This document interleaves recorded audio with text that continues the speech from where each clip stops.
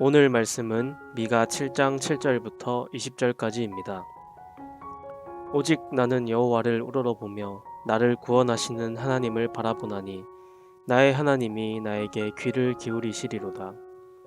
나의 대적이여 나로 말미암아 기뻐하지 말지어다.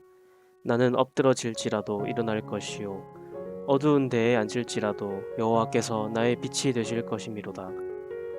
내가 여호와께 범죄하였으니 그의 진노를 당하려니와 마침내 주께서 나를 위하여 논쟁하시고 심판하시며 주께서 나를 인도하사 광명에 이르게 하시리니 내가 그의 공의를 보리로다. 나의 대적이 이것을 보고 부끄러워하리니 그는 전에 내게 말하기를 내 하나님 여호와가 어디 있느냐 하던 자라.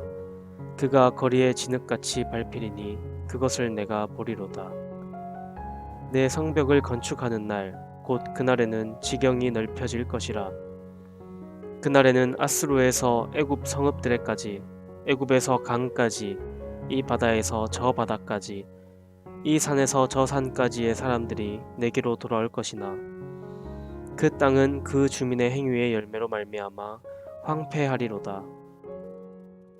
원하건대 주는 주의 지팡이로 주의 백성 곧 갈멜 속 삼림에 홀로 거주하는 주의 기업의 양떼를 먹이시되 그들을 옛날같이 바산과 길르앗에서 먹이시옵소서.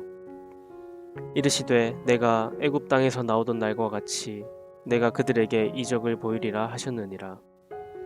이르되 여러 나라가 보고 자기의 세력을 부끄러워하여 손으로 그 입을 막을 것이요 귀는 막힐 것이며 그들이 뱀처럼 티끌을 핥으며 땅에 기는 벌레처럼 떨며 그 좁은 구멍에서 나와서 두려워하며 우리 여호와 하나님께로 돌아와서 주로 말미암아 두려워하리이다.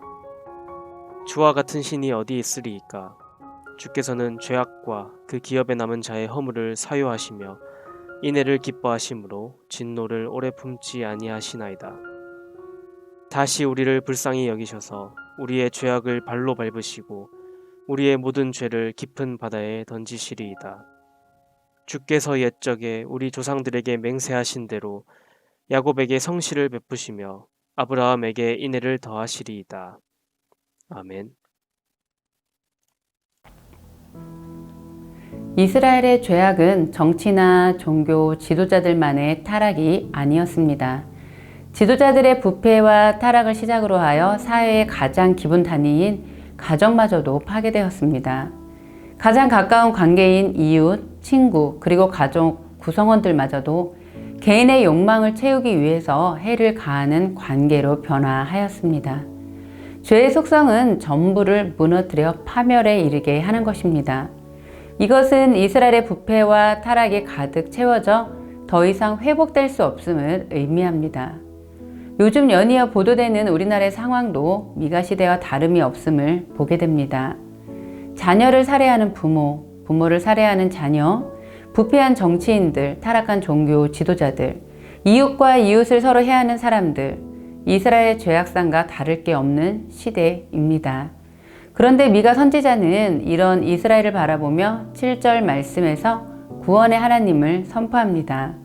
오직 나는 여호와를 우러러보며 나를 구원하시는 하나님을 바라보나니 나의 하나님이 나에게 귀를 기울이시리로다.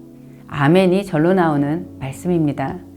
죄악이 가득하여 의인도 하나도 없고 탄식과 절망밖에 없음에도 당신의 백성들에게 귀를 기울이시는 하나님이라 외칩니다. 미가 선지자는 오직 구원자는 여호와 하나님 한 분뿐임을 절망 가운데서도 신뢰하며 하나님을 바라봅니다.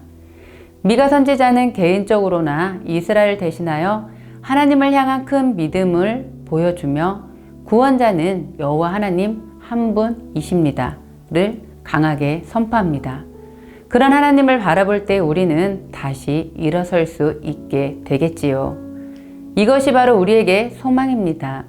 심판이 예언된 상황에서 미가 선지자는 9절 말씀에서 하나님의 공의도 선포합니다. 내가 여호와께 범죄하였으니 그의 진노를 당하려니와 마침내 주께서 나를 위하여 논쟁하시고 심판하시며 주께서 나를 인도하사 광명에 이르게 하시리니 내가 그의 공의를 보리로다. 미가 선지자는 백성이 심판을 받는 동안 하나님을 바라보며 인내하고 순종하면 하나님은 용서하시고 하나님의 선하심을 나타내 주실 것을 알았습니다. 하나님의 심판은 백성을 벌하고 떠나 보내려는 것이 아니라 죄로 인하여 멀어져간 하나님의 백성을 다시 돌아오도록 하기 위한 것입니다. 하나님의 자비와 인애와 사랑의 속성입니다.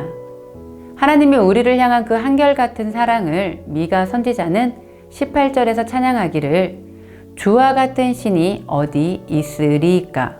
주께서는 죄악과 그 기업의 남은 자의 허물을 사유하시며 인애를 기뻐하심으로 진노를 오래 품지 아니하시나이다. 그렇습니다. 주님 같은 분은 주님 외에 없습니다.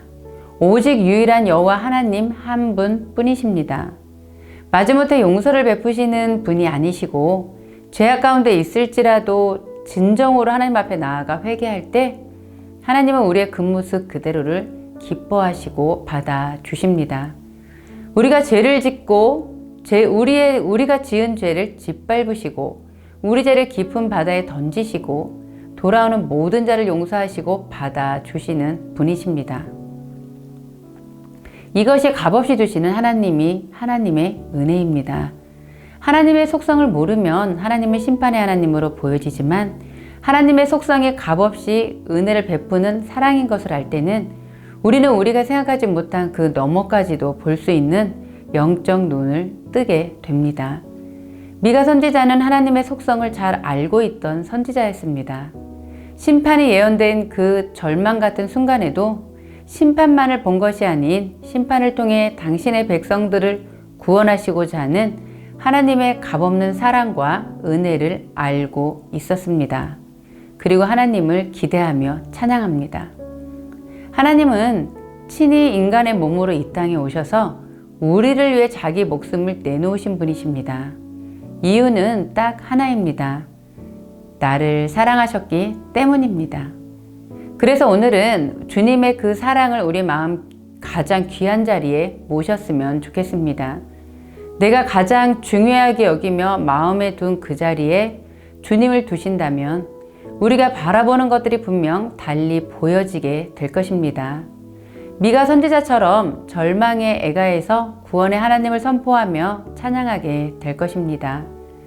요즘 많은 분들이 나라를 걱정하는 것을 봅니다. 부모들은 자녀를 보며 자녀의 미래를 걱정하는 것을 봅니다. 은행 금리가 올라 집을 사놓고 대출받은 이자 때문에 걱정되고 또 누군가는 결혼, 취직 때문에 내면의 상처 때문에 깊은 고민에 빠지기도 합니다. 그러나 그보다 더 깊이 하나님의 사랑을 알아가는데 집중하셨으면 좋겠습니다. 지금 우리가 걱정하는 것들이 부끄러울 정도로 하나님은 우리를 가장 좋은 방향으로 이끌고 계심을 경험하실 것입니다. 하나님을 알면 알수록 우리는 하나님의 방법을 따라 살게 되어져 있습니다. 그 방법으로 살 때 걱정을 넘어서 하나님의 선하신 뜻을 보게 됩니다. 그리고 하나님의 방법대로 살 때 이 사회에 무너진 개인부터 시작하여 가정, 교회, 나라가 회복될 것입니다. 함께 기도하겠습니다. 하나님, 오직 유일하신 하나님을 우리 마음 가장 귀한 자리에 모십니다. 우리가 하나님의 사랑을 깊이 깨닫게 하여 주옵소서. 하나님 사랑을 깨달아 알아 하나님의 방법대로 살아 무너진 모든 것들이 회복되게 하여 주옵소서. 오늘도 그 가장 귀한 그 자리에 주님을 모시고 주님과의 깊은 만남으로 들어가시기를 기도합니다.